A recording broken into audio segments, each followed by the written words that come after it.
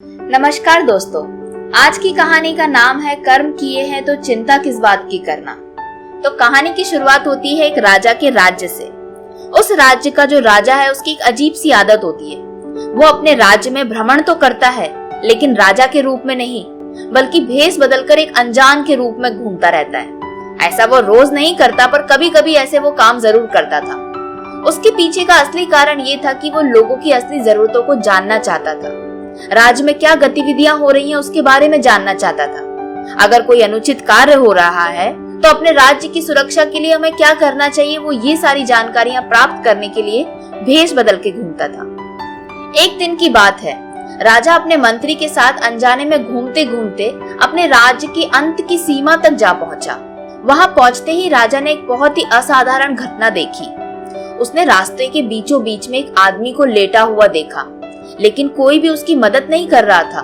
लोग उसके पास से गुजर रहे थे लेकिन किसी ने उसकी तरफ ध्यान नहीं दिया। ये सब देखते हुए राजा खुद को उस लेटे आदमी की मदद करने से रोक नहीं पाए। जैसे ही राजा उस आदमी तक पहुंचे, उन्हें उठाने की कोशिश की तो राजा को महसूस हुआ कि यह आदमी तो मर चुका है, ये लाश पड़ी है। ये सब देखकर राजा ने लोगों से मदद करने के लिए पुकारा कि आओ मेरी मदद करो इसको उठाने के लिए।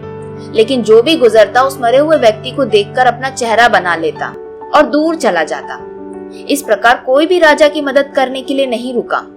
आखिरकार राजा ने किसी आदमी का हाथ पकड़कर उसे रोका और उससे पूछा, मैंने कितने लोगों को इस आदमी को उठाने के लिए मदद के लिए बुलाया, पर कोई भी मेरे पास क्यों नहीं आ रहा इसकी मदद करने के लिए?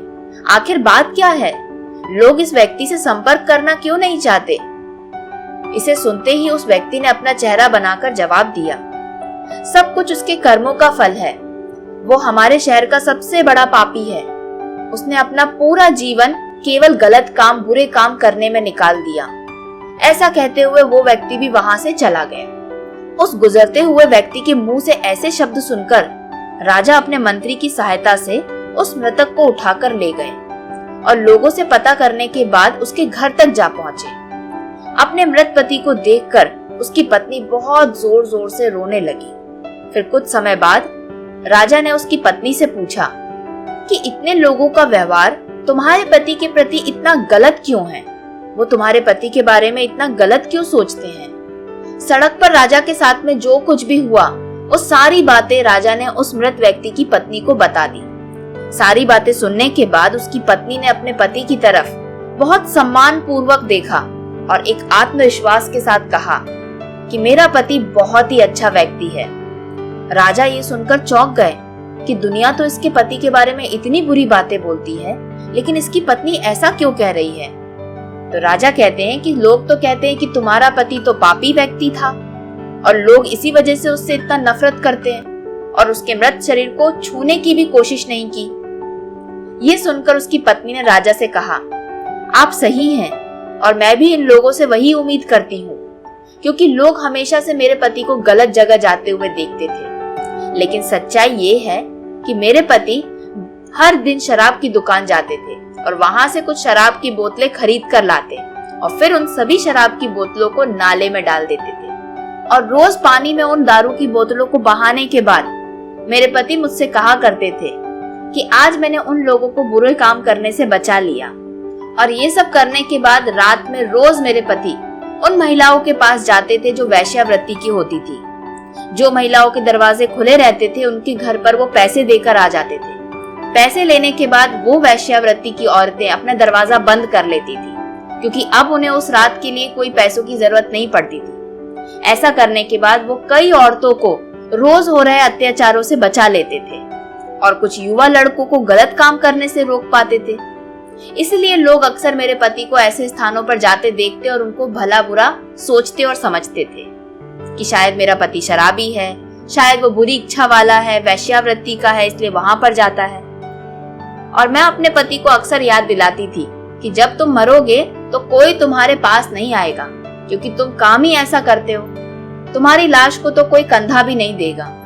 तो मेरे पति इस बात पर अक्सर हंसते थे और कहते थे, तुम देखना, मेरी आखिरी यात्रा पर खुद राजा आएंगे और इस शहर के सबसे बड़े और सम्मानित लोग जो हैं, मेरी लाश को कंधे पर लेकर जाएंगे और मेरे अंतिम संस्कार को करेंगे। उसके पत्नी के मुंह से ऐसे शब्द सुनकर राजा की आंख में आंसू भर गए और उन्होंने कहा, मैं इस राज्य का राजा हूँ और कल सुबह मैं और मेरे चंबल के सारे लोग उसकी अंतिम यात्रा पर उसकी लाश को कंधे पर उठाकर ले जाएंगे, उसका दाह संस्कार करेंगे। ये सब बातें सुनकर उस मृत व्यक्ति की पत्नी चौंक गई कि कहाँ वो सोच रही थी कोई अनजान व्यक्ति है जो उसके पति की लाश को लेकर आया है, पर वो तो खुद राजा था उस नगर का। तो उसे अपनी पति की बातें याद आने लगी कि हाँ, मेरे पति शायद सही कहते थे, जो अच्छा कर्म करता है उसे डरने की क्या बात है। तो दोस्तों, आज की कहानी से हमने यही सीखा कि हम अगर अच्छा कर्म करते हैं तो उसका फल हमें अच्छा ही मिलता है। अगर आप हमेशा अच्छे कर्म करते हैं लेकिन ये इंसानी आंखें आपको देख नहीं पाती, तो याद रखना कि ऊपर एक दो आंखें हैं जो आपको हमेशा देखती हैं, पर आप उनको नहीं देख पाते। इसलिए हमेशा अच्छे कर्म करते रहिए, बिना सोचे समझे कि आगे फल क्या मिलेगा। आशा करती हूँ आज की कहानी आपको पसंद आई होगी। अगर पसंद आई है तो इस वीडियो को एक लाइक जरूर करें। मिलते हैं अगली किसी वीडियो में जहाँ पर हम एक और कहानी को सुनेंगे जो हो सकता है आपकी जिंदगी में एक छोटा सा बदलाव लेकर आए।